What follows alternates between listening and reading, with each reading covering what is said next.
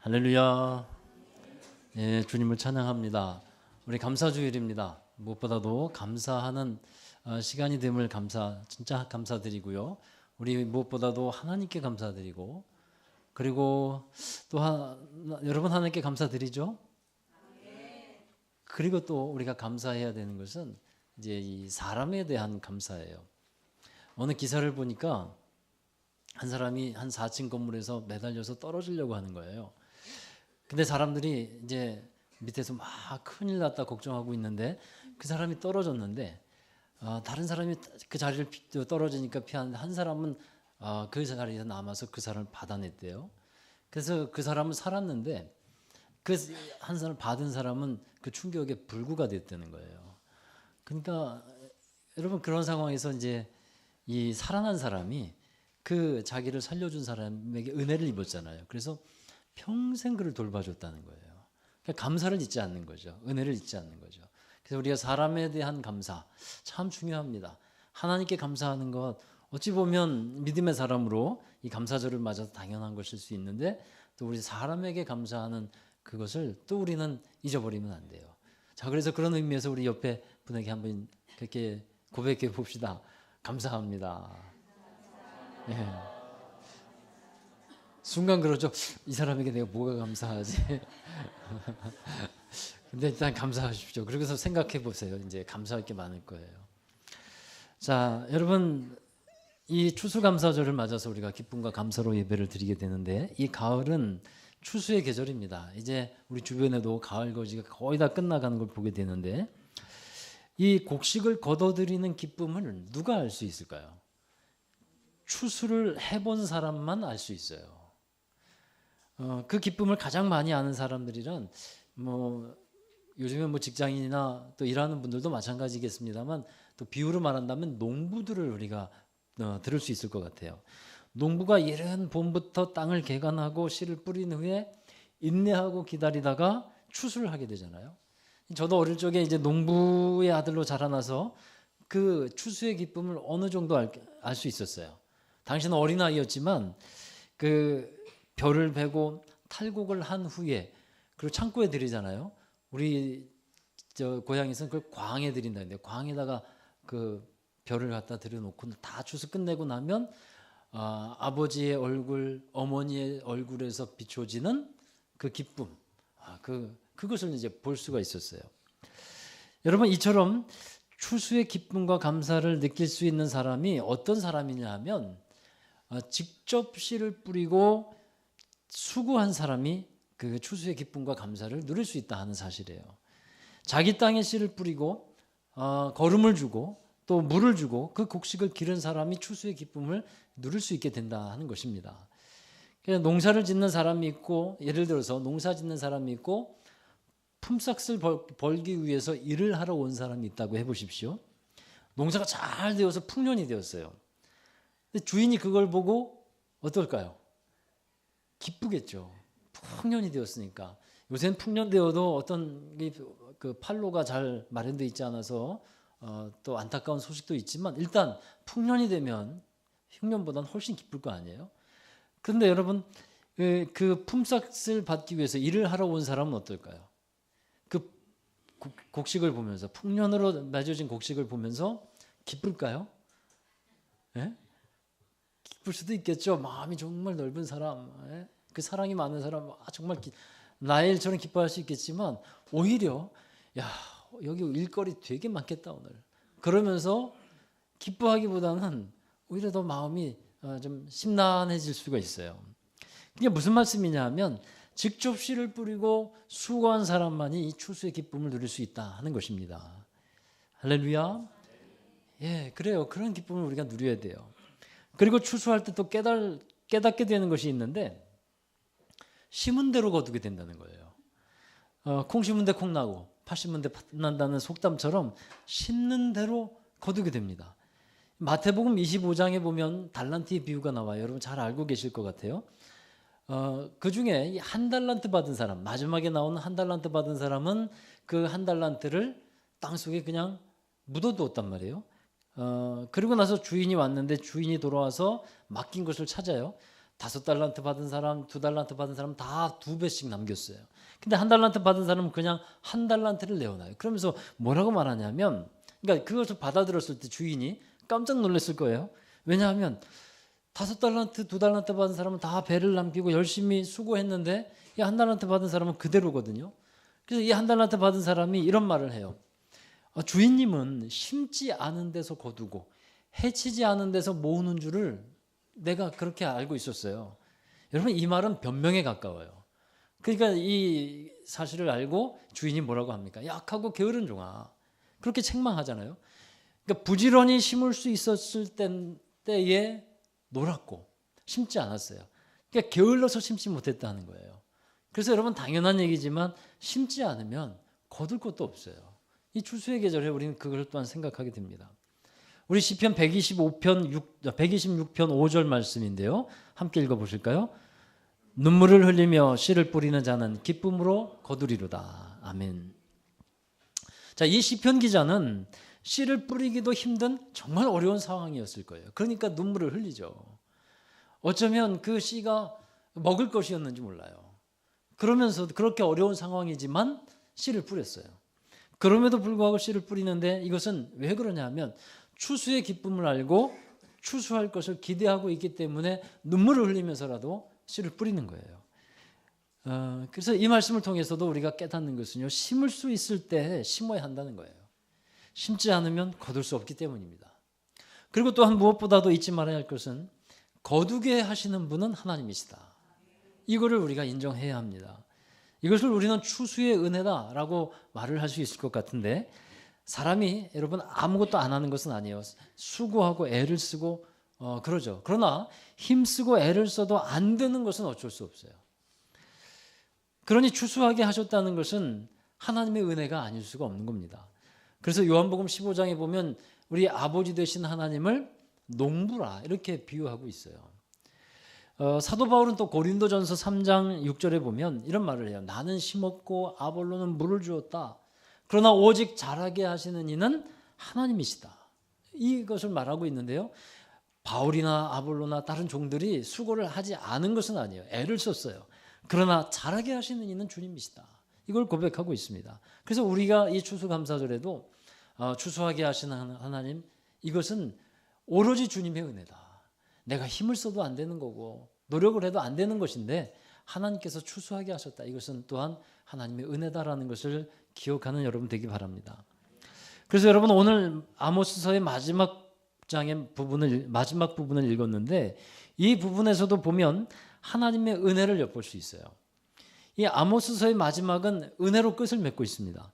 그동안 아모스 선지자는 1장부터 이 9장까지 이스라엘 사람들을 정말 신랄하게 비판하면서 받아들이기 힘든 하나님의 경고, 하나님의 심판의 말씀을 막 쏟아냈어요. 그리고 나서 마지막에는 하나님이 다시 회복하실 것이다 라는 말씀을 하고 있습니다. 그러니까 모든 잘못된 것들이 다 처리가 돼요. 하나님을 대적했던 것들이 이제 다 무너지고 또 우상들이 떠나가고 하나님의 나라가 다시 회복이 되어지는 그런 상태에 하나님의 은혜가 회복될 것이라는 것을 말씀하고 있습니다. 이 회복의 날에 하나님께서 이루시는 것들을 보면 여러 가지가 있지만 제가 여러분과 함께 중심적으로 볼 말씀은 13절의 말씀이에요. 그러니까 추수할 수 있는 은혜를 주시고 씨를 뿌릴 수 있는 기쁨을 주신다는 거예요. 하나님을 대적한 것에 대한 또 하나님을 떠난 것에 대한 형벌이 뭐였냐면요, 땅이 황폐화되는 것이었어요. 그 땅에 기근이 임하는 것이었어요. 여러분, 하나님이 추수하게 하는 데는 이런 법칙이 있어요. 그 땅이 회복되어야 좋은 열매를 맺어갈 수 있지 않겠습니까? 그런데 땅을 복되게 하고 땅을 기름지게 하고 잘되게 하기 위해서는 하나님의 은혜를 입은 사람이 먼저 그 땅 위에서 세워져야 하는 거예요. 복 있는 사람이 그 땅 위에 살면 그 땅이 복을 받는 겁니다. 할렐루야. 여러분, 신명기 28장에 보면요, 하나님이 주시는 복이 잘 나와 있는데 성읍에서도 복을 받고 들에서도 복을 받고 내 몸의 자녀와 내 토지의 소산과 내 짐승의 새끼와 소와 양의 새끼가 복을 받을 것이며 내 광주리와 떡반죽 그릇이 복을 받을 것이며 내가 들어가도 복을 받고 나가도 복을 받을 것이다. 여러분 정말 듣기만 해도 마음이 그냥 부자가 된 것 같지 않으세요? 그런데 이런 복된 말씀이 이루어지는 한 가지 조건이 있어요. 신명기 28장 1절에 보면 말씀을 삼가 듣고 내가 오늘 내게 명하는 그의 모든 명령을 지켜 행하면 이라고 되어 있어요. 그러니까 말씀을 잘 믿음으로 받아들이고 순종하는 사람들에게 이런 복이 약속으로 주어진다는 것을 말씀하고 있어요. 이종수 목사님이라는 분이 쓴 짧은 글이 하나 있더라고요.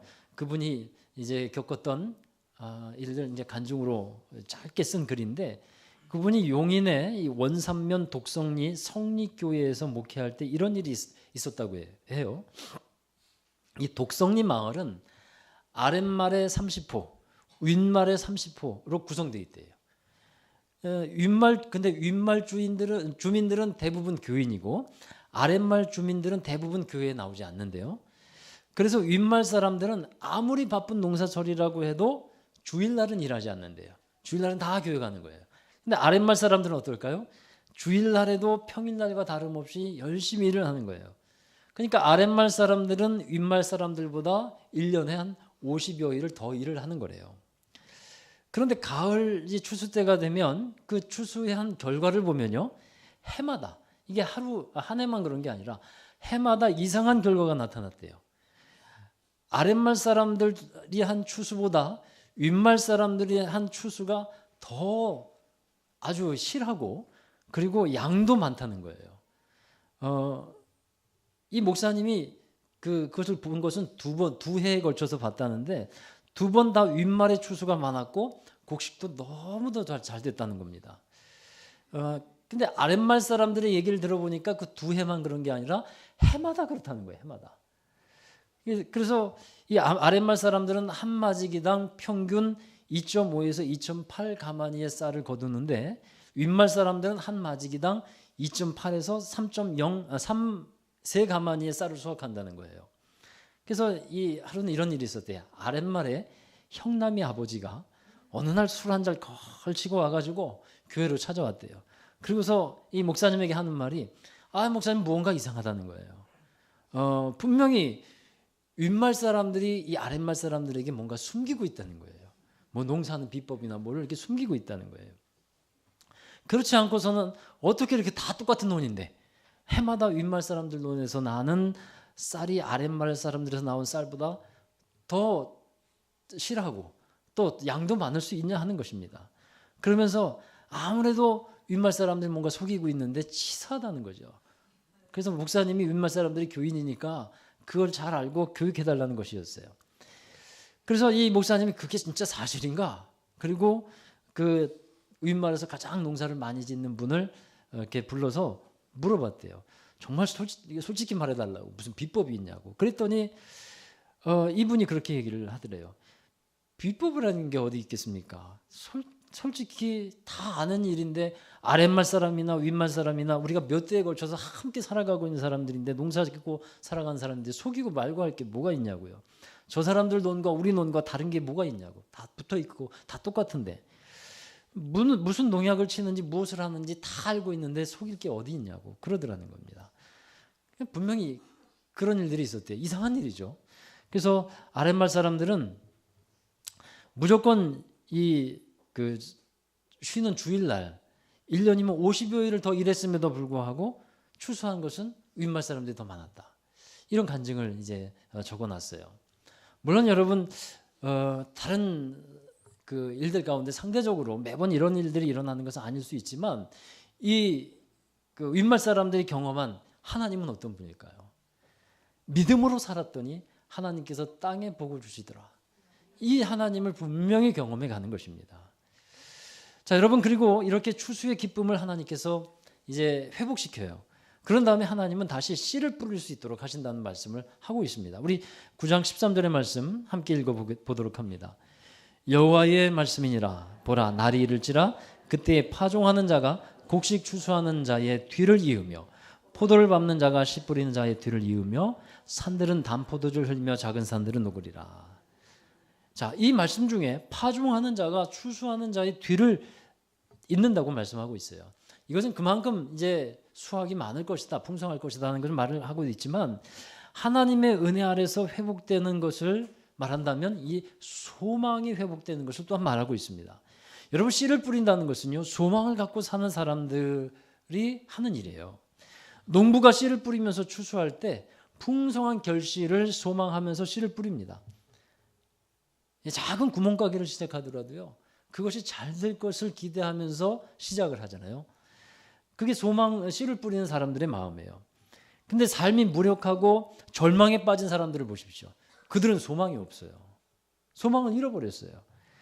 사람을 봐도 소망이 없고, 자식을 봐도 소망이 없고, 아내를 봐도, 남편을 봐도, 부모를 봐도, 주변을 봐도 소망이 없는 사람들이 있어요. 그러니 그런 사람들은요, 이것저것 하기 다 귀찮아하고 살기도 싫어해요.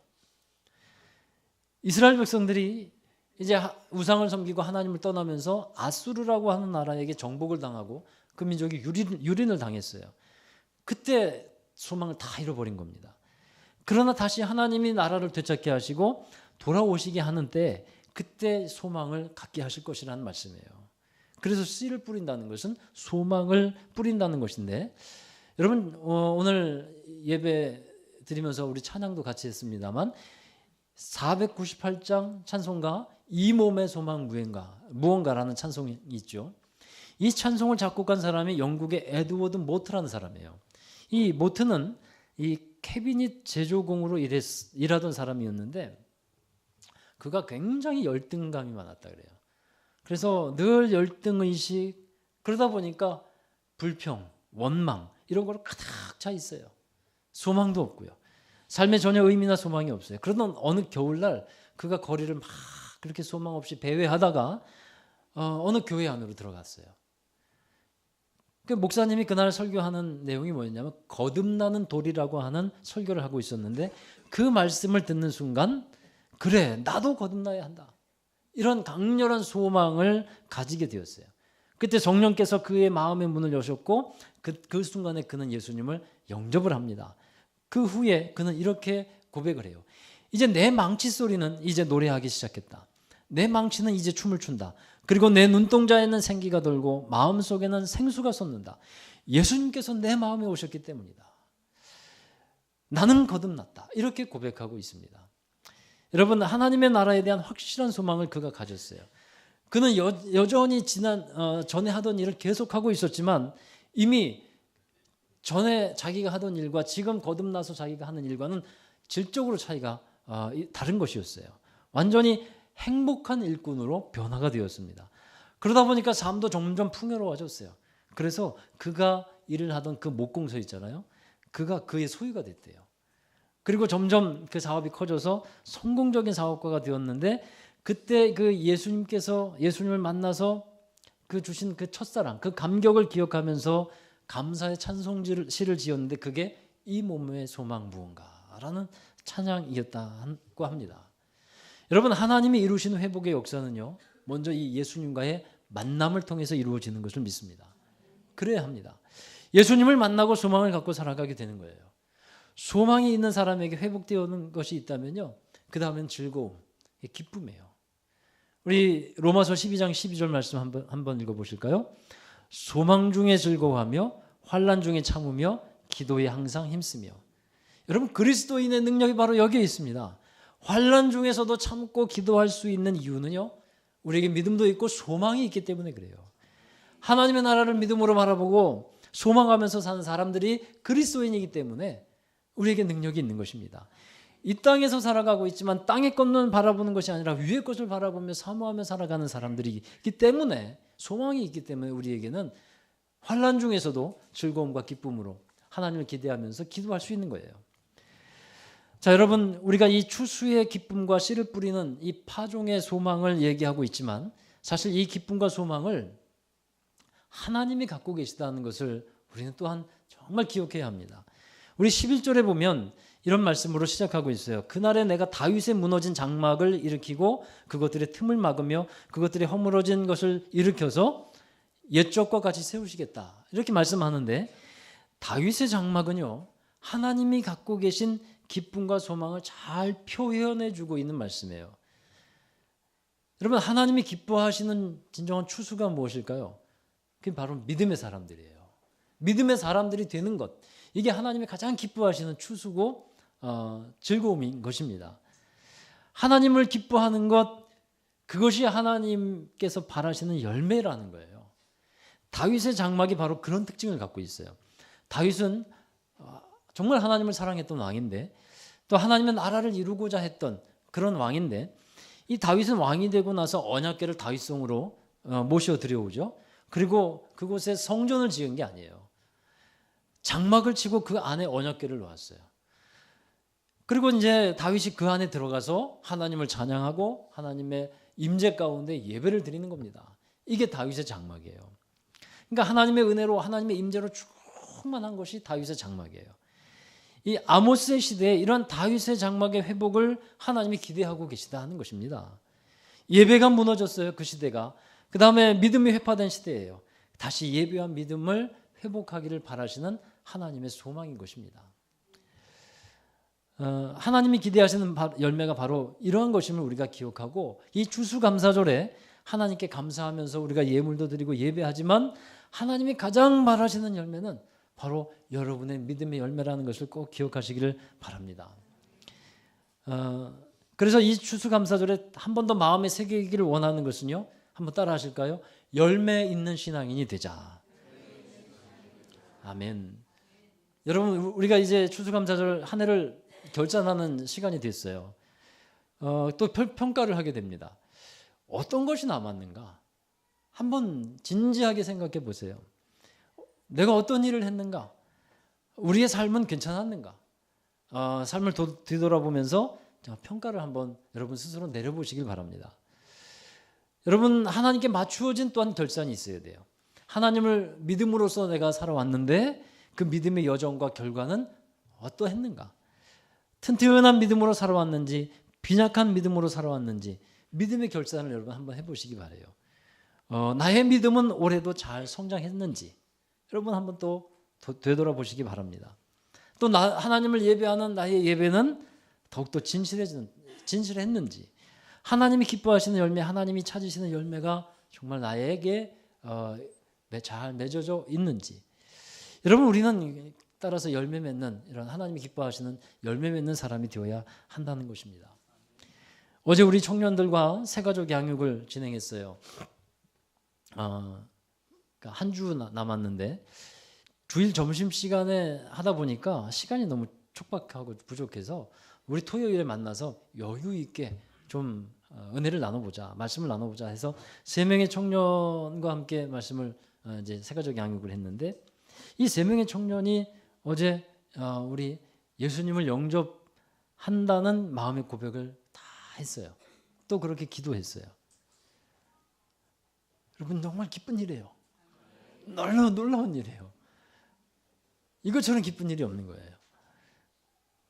그동안 내가 살아온 방식이 내가 주인 되어서 내 뜻대로 살아왔음을 인정하고, 내가 주인됨을 인정하고, 그 주인의 결말은 사망이라는 것도 깨닫고, 이제는 내 생명이 되신 주님을 주인으로 모시고 살아갈 것을 고백하고 결단하는 그런 시간이었어요. 제가 특별히 부탁했어요. 여기엔 강제가 없다. 그래서 솔직히 얘기해, 주변의 분위기 보고 그냥 헛된 고백하지 말자. 아무래도 어떤 얘기든 여러분의 마음에 있는 솔직한 표현이 좋다. 그래서 특별히 그렇게 부탁하면서 자신의 마음을 표현하라고 했는데, 다 주님을 영접한다는 고백을 이제 얘기를 했습니다. 여러분, 이러한 믿음의 열매들을 하나님이 얼마나 기뻐하실까요? 하나님이 가장 기뻐하시는 열매가 바로 이러한 것이라는 거예요. 그래서 우리 추수감사절에 우리 1년을 결산하면서 뭐 어떤 경제적인 것, 또 나의 어떤 일들 여러 가지 생각을 하겠지만, 무엇보다 하나님 기뻐하시는 열매, 믿음의 열매, 또 주님에게 드리는 어떤 사랑의 열매, 감사의 열매, 이런 것들을 좀 생각하셔야 할 것입니다. 여러분, 올해 믿음으로 달려오셨는데 더욱더 믿음이 탄탄해지시기를 주의 이름으로 축원합니다. 더 분명한 하나님의 나라에 대한 소망을 두고 살아가는 여러분 되기를 또 한번 축원합니다. 그리고 믿음에 합당한 삶을 살아가셔야 합니다. 그게 또 하나님께서 기뻐하시는 열매예요. 결론으로 말씀드리면 여러분 오늘 말씀 13절을 다시 한번 보시면 파종하는 자가 추수하는 자의 뒤를 잇는다고 말씀이 되어 있어요. 그러니까 오늘 추수감사절로 드리고 있는데 이날은요 추수에 대해서 감사하는 날이죠. 그런데 또 한 가지 의미가 있는 겁니다. 다시 씨를 뿌리는 날로 이어져야 되는 거예요. 내년부터 씨를 뿌릴게요. 이게 아니에요. 오늘 이 추수감사절에 이 결산을 하고 그리고 다시 믿음의 씨를 주님이 기뻐하시는 그런 믿음의 씨를 파종하겠습니다. 이렇게 결단하고 고백하는 시간이 되어야 한다는 것입니다. 그래서 이 추수하는 날은 믿음의 날이고 그 다음에 소망의 날이 되는 겁니다. 여러분 하나님이 보실 때 참으로 안타까운 것이 뭐냐면요 성장을 하지 않는다는 거예요. 그게 안타까운 겁니다. 올해도 그대로 있고 내년에도 그대로 있고 마치 한 달란트 받은 자가 그것을 가만히 갖고 있었듯이 그냥 그대로 성장하지 않고 있는 것, 이거 하나님이 보실 때 안타까이 여기시는 부분입니다. 그러면 여러분 왜 믿음의 성장이 되지 않을까요? 제일 먼저는 씨를 파종하는 일이 없어서 그래요. 씨를 뿌려야 돼요. 믿음의 씨앗을 여러분 뿌리십시오. 믿음의 씨앗을 뿌린다는 것은 여러분 마음으로 고백하며 기도하며 결단하며 그렇게 살아가도록 애쓰면서 힘쓰면서 나아가는 겁니다. 그러면 씨가 뿌려지면 하나님은 농부가 되셔서 그 씨를 자라게 하실 것입니다. 그리고 때가 되면 결실하게 됨을 믿습니다. 자, 오늘 추수감사절을 맞아서 하나님께 감사로 영광을 돌립니다. 그리고 새로운 믿음의 도전과 출발이 되는 시간이 되기를 또한 주의 이름으로 축원합니다. 아멘. 기도하겠습니다. 하나님 감사합니다. 1년 동안의 삶을 지켜주시고 인도해 주시고 또 열매 맺게 하시고 하나님께 감사할 수 있도록 이 시간 인도해 주셔서 감사드립니다. 하나님 모든 것이 하나님의 은혜임을 고백합니다. 항상 하나님께 감사하며 주님께서 행하시는 일들을 기대하며 믿음과 소망으로 살아가는 저희들이 되게 하여 주옵소서. 그러나 특별히 또한 기도할 것은 1년 동안의 여러 가지 힘든 일로 인하여서 결실하는 것이 없고 또 하나님 너무도 부족한 삶을 경험한 이들을 기억하여 주시고 하나님의 긍휼이 하나님의 인자가 그들에게 있게 하시고 언제나 풍성한 하나님의 은혜 가운데 승리하며 더욱더 믿음으로 씨를 뿌리며 울며 씨를 뿌리며 기쁨으로 단을 거두는 이들이 되도록 은혜를 베풀어 주시옵소서. 감사하며 예수 그리스도의 이름으로 기도하옵나이다. 아멘. 우리 다 함께 자리에서 일어나셔서 우리 하나님께 감사 고백을 드리며 기도하기를 원합니다. 내가 지금까지 지내온 것은 모두가 다 하나님의 은혜입니다. 함께 고백하시죠.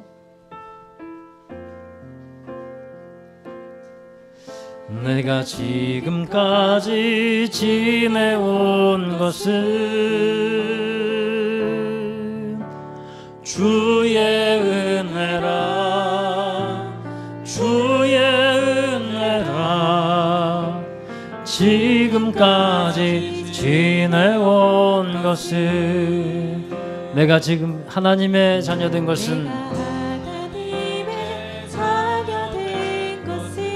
아멘. 주의 은혜라 주의 은혜라 주의 은혜라 하나님의 자녀된 것은 주의 은혜라 주의 은혜라 주의 은혜라 지금까지 지내온 것은 주의 은혜라 주의 은혜라 주의 은혜라 하나님의 자녀된 것은 내가 이 자리에 서 있는 것은 내가 이 자리에 서 있는 것은 주의 은혜입니다. 오직 주의 은혜 아멘.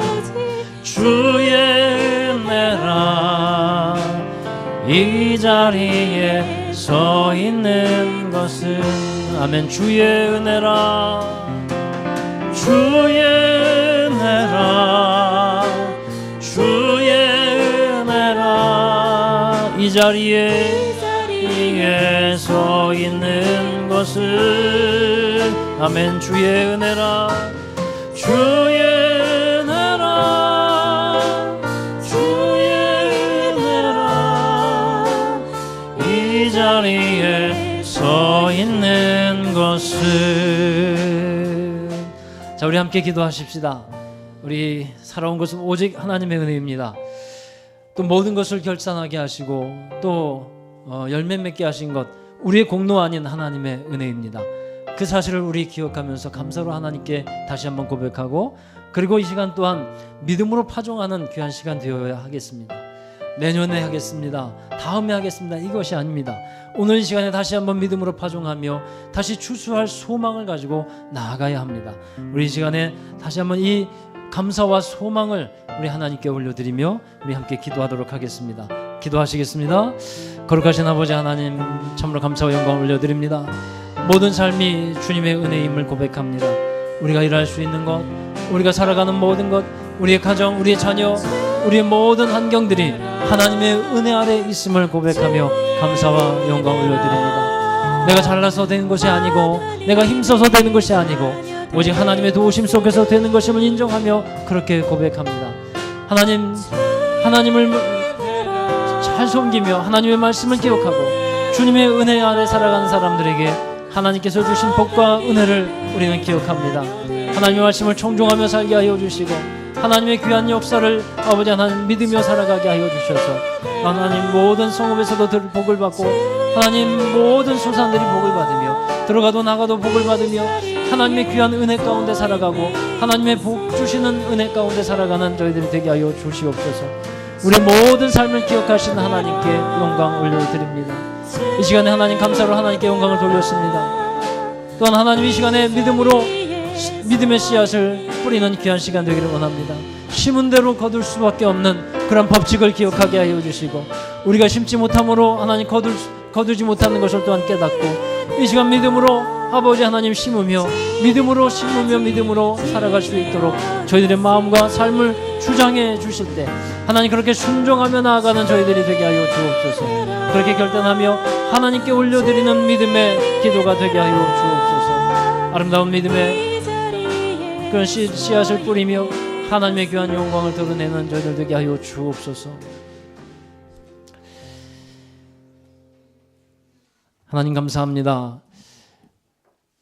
날이 이를 때 파종하는 자가 곡식을 추수하는 자의 뒤를 이을 것이라 말씀하셨듯이 이 시간 우리가 곡식을 추수하며 하나님께 감사로 영광을 돌리며 예배를 드렸습니다. 그러나 이 날은 또한 하나님 믿음의 씨앗을 파종하는 날인 줄로 믿습니다.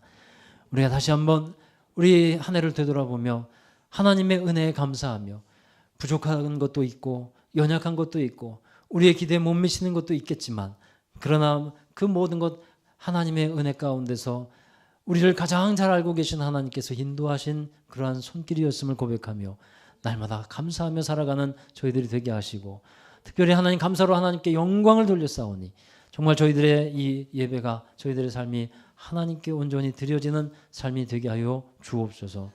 또한 믿음으로 파종하며 또한 결실을 바라보고 추수할 때를 바라보며 눈물을 흘리며 씨를 뿌리는 자 되게 하여 주셔서 정말 기쁨으로 단을 거두는 우리 모두가 되게 하여 주시옵소서.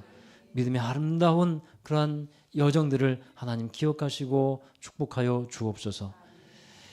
이제는 우리 구주 예수 그리스도의 그